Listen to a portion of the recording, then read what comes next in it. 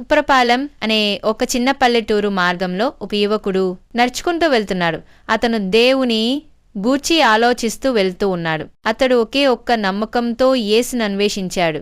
నా రక్షణకర్త ఆయనేని వెళ్తూ ఉండగా అంతలో యేసు ప్రార్థన చేస్తూ గుడారంలో మోకాలపై కూర్చుని ప్రార్థన చేసి బయటికి వస్తూ ఉండగా పేతురు అనే ఆ చిన్న పిల్లవాడు చూశాడు. పేతురు దేవునితో ఇలా అన్నాడు, ప్రపంచం చూసేది బలహీనత, కాని దేవుడు చూసేది హృదయం కదా తండ్రి అంటూ ఉండగా అంతలో అక్కడికి పెద్ద జనసమూహం ఒకే సమయంలో పలువురు యేసుని చూడటానికి వచ్చారు. అందరికీ యేసు సువార్త చెబుతూ ఉండగా పేతురు కూడా తనకొచ్చిన మట్టుకు సువార్త చెప్పడం మొదలుపెట్టాడు. దాదాపు 500 మంది చూశారు, విన్నారు. కానీ ఒక్కడు మాత్రమే విశ్వాసంతో జీవించాడు.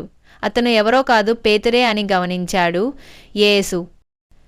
యేసు ముఖంలోకి చూస్తున్న నమ్మకుడైన పేతురును ఆశీర్వదించాడు. తండ్రి, దేవుడు పేతురుతో విశ్వాసం గలవాడు ఒక్కడైనా చాలు, దేవుని మహిమ బయటపడుతుంది అన్నాడు తండ్రి. అప్పటి నుండి పేతురు వెలుగు కాంతిలో నడుస్తున్నాడు. నీవు కూడా ఆ నమ్మకుడివే కావచ్చు. నడుము కట్టి దేవుణ్ణి విశ్వసించు. So childrens, subscribe to Kittu stories. ఇంకా ఏమైనా స్టోరీస్ కావాలి అంటే కామెంట్స్లో చెప్పండి. ఓకే.